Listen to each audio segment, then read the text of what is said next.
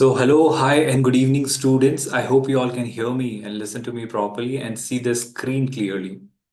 With that, we can start this session, today's session, in which, again, I welcome you all on the behalf of THiNC Institute of Design. I just request one thing, students, if you all can hear me. In this session as well, we'll be discussing some questions which are relevant and important and crucial for your exams. And then, of course, along with this, whatever concerns and queries you have, I'd love to answer those queries and concerns in the chat box. With that, we'll straight away get started with our first question for the day. And here we go with our first question for the day. And I'm sure you all can see the screen which I have shared with you all. So I hope this screen which I have shared is properly visible. And I hope you all can see the question very clearly, and I would request you all to attempt it once and then we'll discuss its solution. So I hope, what does it say if you read the question here? It says vector P, which is given by 2i cap plus j cap plus 3k cap, and there is vector Q, which is given by I cap minus j cap plus k cap for some real numbers alpha, beta, and gamma. We have this again, we are given one more relation or an equation which goes like this, that 15i cap plus 10j cap plus 6k cap is equal to alpha times 2p plus q plus beta times p minus 2q plus gamma times p cross q. Now please understand, the most crucial part in this question is finding the value of this gamma. Now how do we do that? Please understand, I am least concerned about this. I'm absolutely not concerned in this, because basically we are not going to deal with alpha and beta at all, because I don't want their values. What I want is the value of gamma. Now, how do we do that? There is a very simple part. There is a very simple, interesting phenomena here. If I could just demonstrate that, have a look at this. How do we proceed with this? That's the part I'm going to demonstrate now. Please understand, I'm using this particular equation here, which says 15i cap plus 10j cap plus 6k cap is equal to alpha times something plus beta times something plus gamma times something. Now that something is very crucial here. Please understand, if I take P cross Q, the dot product of P cross Q with this equation on both the sides, I'll be getting some really crucial or important results. Now, what are those results? Let's have a look at that. See, if I multiply or take the P cross Q, the dot product of P cross Q with this, and the dot product of P cross Q with this on both the sides, of course, since it is a dot product, hence the order doesn't matter, because the product is going to be a scalar quantity. Had it been a cross product, I would have been concerned about the order, but since it is a dot product, I need not bother much about that. Now, all you need to focus upon is P cross Q is going to be a vector, and the direction of the vector. For example, if this is P, if this is vector Q, then P cross Q will have a direction which will be the direction of basically the product of P and Q. The vector product of P and Q will give you a normal vector to the plane. Which plane? The plane which consists vector P and vector Q. So do you not think that if P cross Q, the dot product of P cross Q is taken with PQ, then do you not think that this dot product will become 0? Because when vectors are perpendicular on each other, the dot product is 0. I hope you know that. Now, with that logic, when you have taken the dot product of P cross Q on both the sides, this part gets eliminated, this part gets eliminated, and what you're left with is only this part. Now, there comes one more interesting theorem. Now, what is that theorem? Please pay attention to that theorem as well. Do you know that square of P cross Q is something very interesting, and it is given by P square Q square minus square of P dot Q? Are you aware of that? Now, that's a very interesting concept which you all should be aware of. How do we use that? Have a look at that. See, this we already know has nullified. This is also nullified. Now, P cross Q dot P cross Q, which means you're dealing with gamma times P cross Q square. And of course, here also, this is basically nullified. And here also, you're having the dot product of P cross Q with this. So basically, what is this? The LHS is going to be, see, we have vector P cross Q. So vector P cross Q is going to be vector P, vector Q, and then this vector, which is 15, 10, and 6. So I hope you know, through determinant, we can take the triple product P cross Q dot this vector through this method. So I hope LH is very well sorted. Now, what about the RHS? I am going to use a theorem which we have already discussed, that P cross Q square plus P dot Q square is equal to P square Q square. Now, I hope we are clear so far. So this is 0, this is 0. Now this is gamma times something. Now what is P square Q square? P square you can get from here. I hope you need to find the magnitude of P and square it. So it is going to be 4 plus 1 plus 9, which is going to be 14. So that is going to be 14. And here is going to be 1 plus 1 plus 1. I hope you know how to take the magnitude of a vector. So that's how you'll find P and Q, basically mod P and mod Q, the magnitude of P and the magnitude of Q. Their squares can also be figured out quite easily.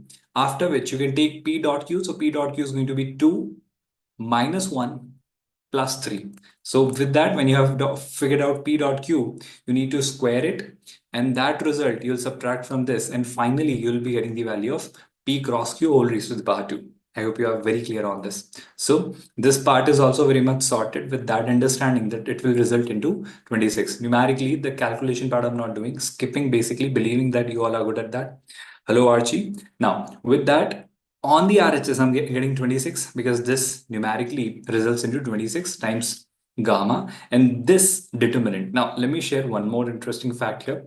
I hope most of you know how to expand a determinant, but are you aware of a short technique or a standard better method to figure out the expansion of a determinant? Now, how we do that? Let me share that idea with you. For example, we have here 15, 10, and 6, followed by the second row, which is 2, 1, and 3.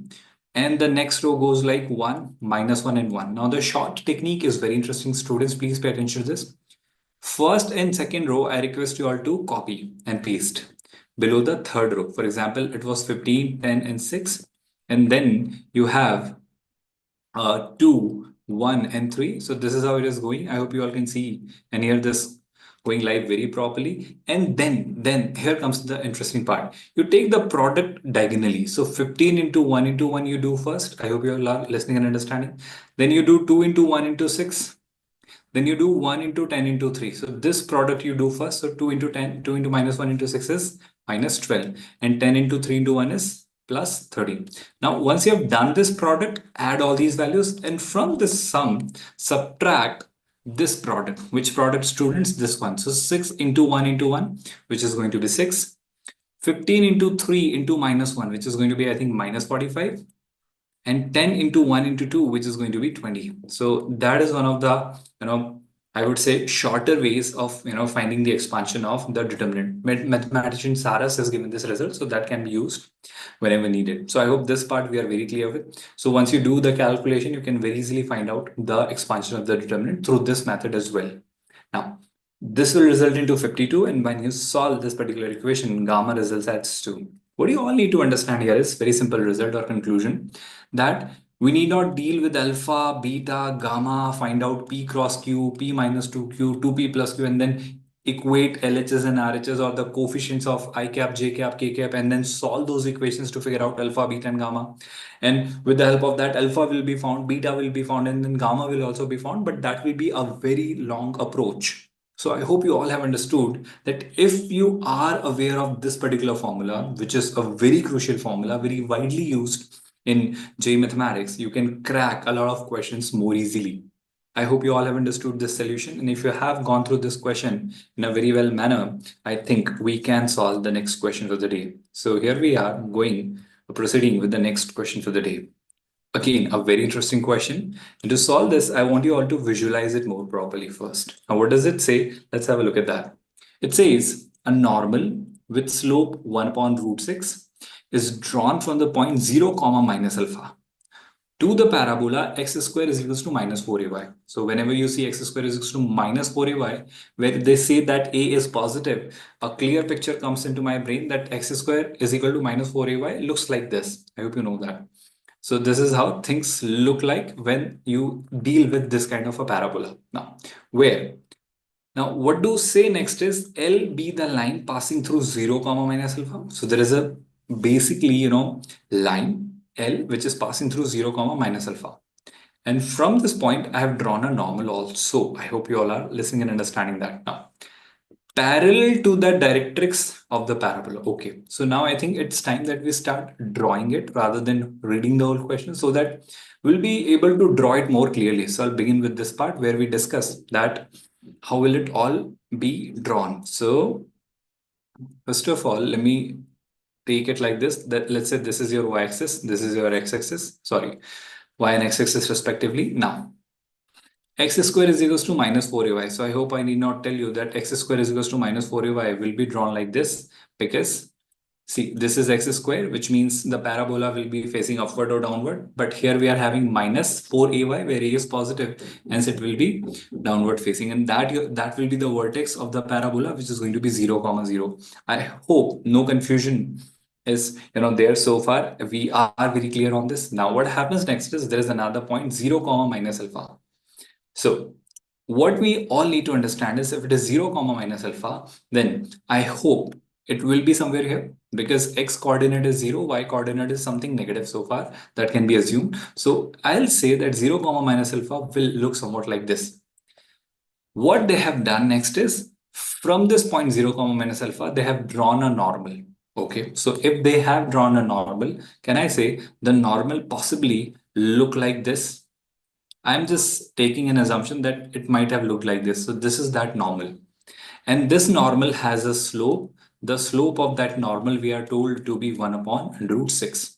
I hope no confusion so far. Now, what they say next is a line passing through 0, minus alpha. So there is a line which is also passing through 0, minus alpha, and it is parallel to the directrix of the parabola. So we know that directrix of the parabola, I hope you know axis of the parabola. What is the axis of the parabola? What is the directrix of the parabola? So it will be parallel to the x-axis basically. So there will be a line passing through 0, minus alpha. And if it is parallel to the directrix, which basically means it will be parallel to the x-axis. So this is how the line will be drawn. I hope there is no confusion so far and you all are able to understand all what is being said very clearly and very easily. Now, what they say next is that line L intersects the parabola at 2 points A and B. So let's call these 2 points A and B respectively. What they say next is, let R denote the length of the latus rectum. We know the length of the latus rectum is nothing but what? 4A. We all know this very clearly. So first of all, what I know very clearly is that length of the latus rectum is going to be 4A, which is R here. And also we are told that S denote the square of the length of the line segment AB. So we will have the line segment AB. It will have its length, and square of that length is denoted by S. That is also what we need to figure out, because after figuring out that, I'll be more clear on using this information. So first of all, I'll begin with this information that if you have this parabola, I hope you know how to find the slope. So if I differentiate it once, so we have the equation of the curve as x square is equals to minus 4ay. And if I differentiate it, it becomes 2x is equal to minus 4a dy by dx. So from here, if I wish to write dy by dx, then it will give you the slope of the tangent drawn to that curve, right? Now, what is going to be that? That is going to be, I think, 2x upon minus 4a, which is going to be minus x upon 2a. Now, that is the slope of the tangent. I hope you all understand that. But here, everyone, please pay attention. Since we are given the parabola in the form x square is equals to minus 4ay, can I not say that it is clearly going to be, or the parametric coordinates are going to be 280, comma, minus 80 square? Why did I say so, students? If you pay attention, we all know the standard coordinates, how are they taken. Even if you don't take them like this, you can take h comma k as well. Then also you'll get the answer. But it is advised that you take them like this, because this is how the questions become simpler. Sir, is it the topic of +2? Yes. No, it is not +2, it is +4 only, Siddharth, because basically you have two categories of question in your examination. One is MCQ, second is numerical answer type. So when you have integer type based questions, there is no negative marking. So it is good to attempt these questions because there is no negative marking. So try to attempt as many questions as you can, especially these ones, because they don't have any negative marking at all. Now, focusing on this, 280, minus 80 square will be the coordinates of this point. I hope you can take it like that. Let's call this point capital N, right? So if this is the slope of the tangent at this point, shall I say the x coordinate should be replaced by 280? So it is going to be minus 280 divided by to A, which will give you the slope as minus t. But this, I hope you all are realizing, is the slope of the tangent. So slope of the normal is going to be negative reciprocal of this, which means it is going to be Siddharth is saying, sir, I am +1 student. Yes, anyone can understand this because this is a topic parabola from coordinate geometry, which you all study in 11th standard. If you want to understand the section, it is basically from coordinate geometry. So Siddharth, without any hesitation, you all can understand this if you're preparing for JEE B.Arch. Now, slope of the normal is going to be negative reciprocal of this. So minus t, the negative reciprocal is 1 by t. So that's the slope according to us. But they have given you the slope as 1 by root 6. So first of all, can I not say that both of them are going to be same? So if according to us, as per our calculation, it is 1 by t, but as per their info, it is 1 by root 6. So from here, if I compare, first of all, I could crack the value of t as root 6. I hope this part is very well understood by all of you. Now, I would like to introduce or discuss something more interesting. We know the coordinates of n, right? We know this point, and we know this is basically called the normal to this parabola. We know its slope is 1 by root 6, but by some other means, can I not figure out its slopes? By using the concept of y2 minus y1 upon x2 minus x1, which is going to be minus 80 square, minus minus alpha, which will give you minus 80 square plus alpha divided by x2 minus x1, which is 280 minus 0, which is nothing but what? 280. And this is nothing but the slope of the normal, which we have figured out as 1 by root 6, which we were actually given as 1 by root 6. So this information I'll keep with myself. But as of now, let's try and use this info. Now, how is it proceeded with? Now, I'll just replace all the values and see what result do I finally get. For example, first of all, I know the value of t, which is root 6. When you do that, see, minus a t square. So if t is root 6, I hope I need not tell you, t square is going to be 6. It is going to be minus 6a, right? Here. Then plus alpha. This is what we have on the left-hand side.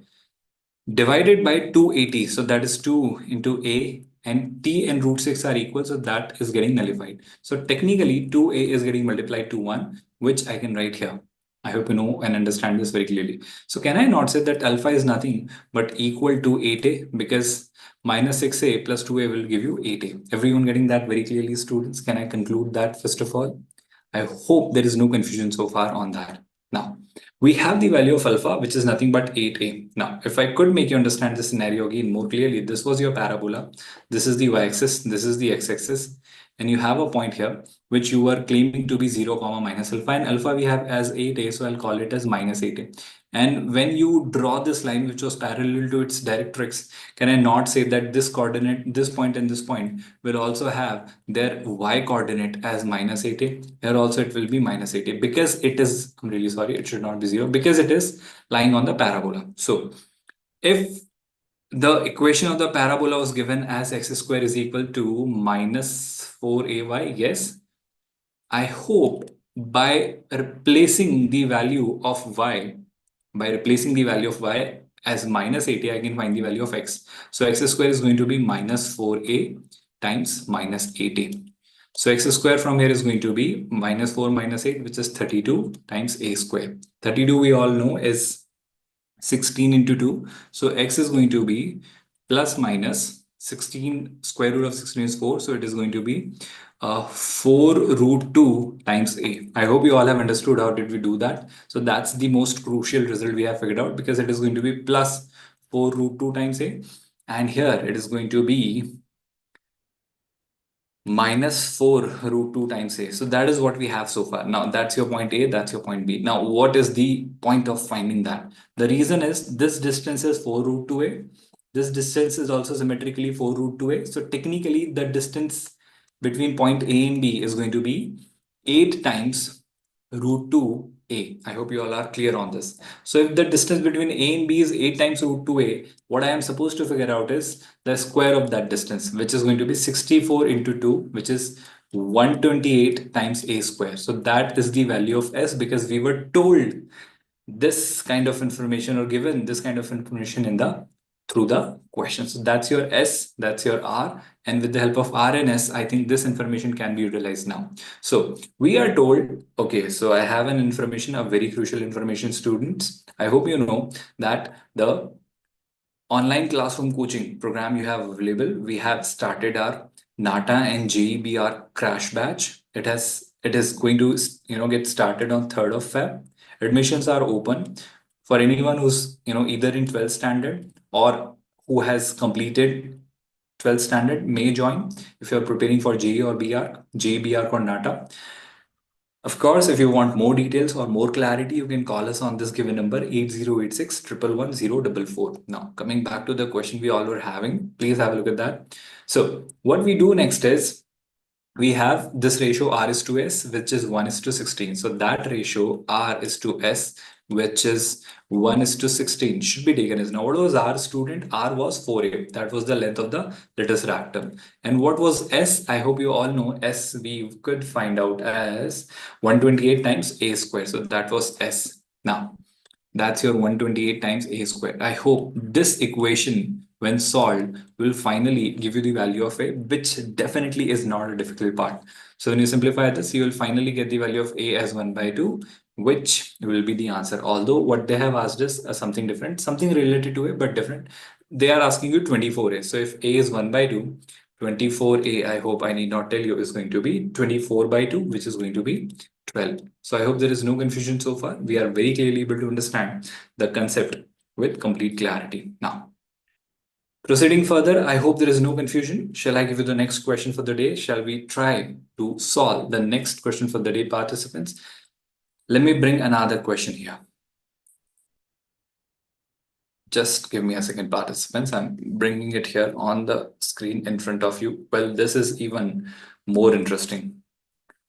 I'll directly give you all the hints related to this question and we'll solve this straight away. First of all, please understand, consider the ellipse x square by 9 plus y square by 4 is equal to 1. So this is again from 11th standard. Coordinate geometry is the unit, and this is from the chapter ellipse.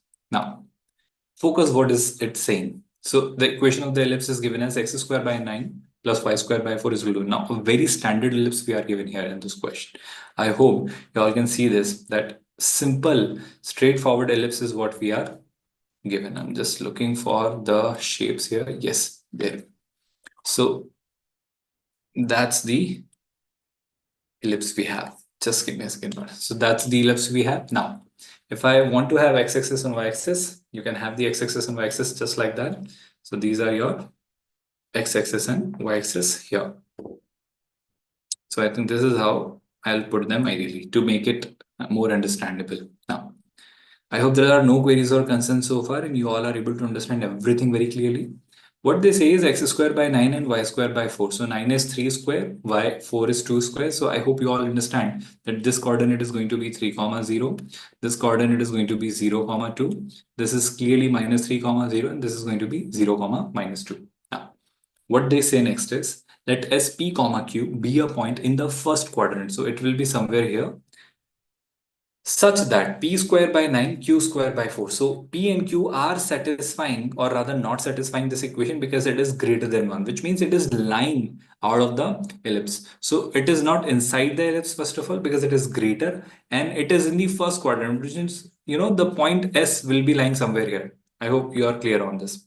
So let's say, I'll read it further, then I'll take where should S ideally be taken. Two tangents are drawn from S to the ellipse. Excellent. Now, if that is what we are told, S is going to be outside the ellipse only, and it will lie in the first quadrant. That is what we are told. So Adhi is saying, sir, will studying this help me get into an IIT? Adhi, first of all, studying only this might not be, but yes, this will definitely help you. For example, these are the previous year's questions of JEE Mains and Advanced. So, of course, in exam like JEE B.Arch, the questions verbatim are not repeated, but the concepts, the logic are always repeated. So, let's say you are getting a question based on ellipse, somewhat like this, then you would definitely be able to solve one question if you are watching this particular portion of the video. And one question means plus 4 marks. And trust me, plus 4 makes a very significant difference. So I hope you all are understanding my point very clearly. I totally understand, Adi. So if you're weak at maths, focus on the areas which are good, which you are good at, and work on those chapters only. Trust me, even with some lesser number of chapters, you can score really good if you have consolidated those basic chapters. Any set of chapters you take and work on them. Now, the question next says is, of which one meets at the ellipse at one endpoint of the minor axis and the other meets the ellipse at the point T in the fourth quadrant. So for example, let's say the S point P comma Q lies here. Okay, then you draw a tangent. Now, when you draw a tangent, I am going to draw it like this because there is some problem here. I should have taken S somewhere here because I'm running short of space here. So I'll take it somewhere else. But to make you understand, I'll draw it here like this. And then another tangent is drawn somewhat like this from S, and which touches this ellipse in the fourth quadrant. So ideally, S will be here. So that's the coordinate of S. I hope you are able to get my point very clearly, because this S is basically an external point, and from this, if two tangents can be drawn in such a manner that one of the tangents is touching the ellipse on the extreme of the minor axis, so that's 0, 2, and this point here. I hope you all are clear with this. Now, let R be the vertex of the ellipse with positive x coordinate. So that's your R, 3, 0. And O be the center of the ellipse. So that's nothing but what? Origin. We all know that. The area of the triangle ORT. Now, what's point T? T, I think, was the point in the fourth quadrant. So that's your point T. So what they are trying to tell you is that there is a triangle ORT. If you pay attention to this, that's your OR. I hope you all can see it. That's your RT and that's your OT. So this is the triangle, and its area is what they are wanting you to figure out so far, I think, because they are giving you that triangle ORT is having the area 3 by 2. Then which of the following is correct? Basically, coordinates of P and Q are to be found. Now, a very simple, a very interesting question it is. If you just pay attention to the details, you can crack it with some efforts. Of course, some efforts are required. But how do we do that?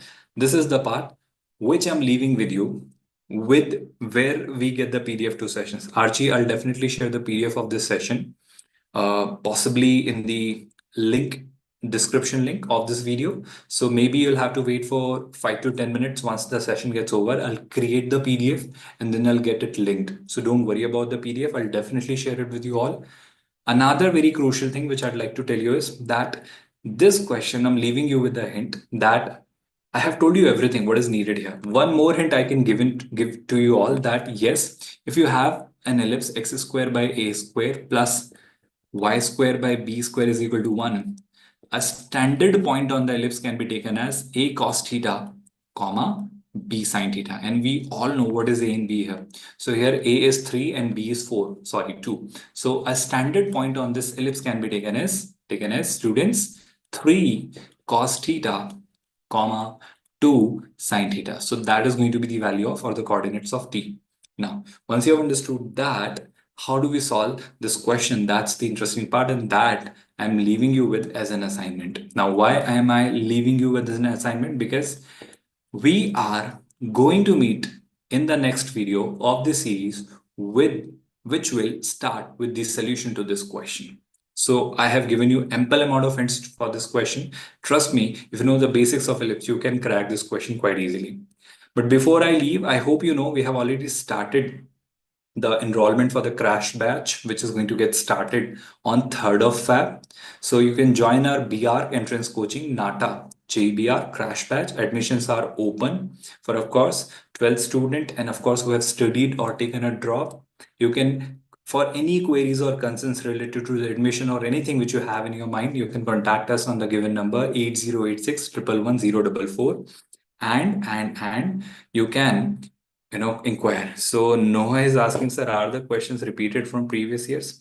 Yes, Noah, not exactly with the numerical values, but definitely the conceptual part is always asked. So if you are practicing questions from the previous year's paper, that's the best strategy, I will say. So if you want a one mantra from me, I'll say solve previous year's questions of JEE B.Arch paper 2. That's the most crucial thing one can do to prepare for this section. Trust me. And even if you're not able to solve all the questions, all the chapters, Figure out what you all are good at, figure out those simple and easy chapters, and revise those, solve those chapters. Trust me, if you have mastered those chapters, your chances of scoring well are really high. So I believe all the questions and queries are answered. With that, can we call it a day here, students? I think that is sufficient for the day. So I believe we can call it a day. Thank you so much, students. You have been a great audience. Thank you so much, everyone.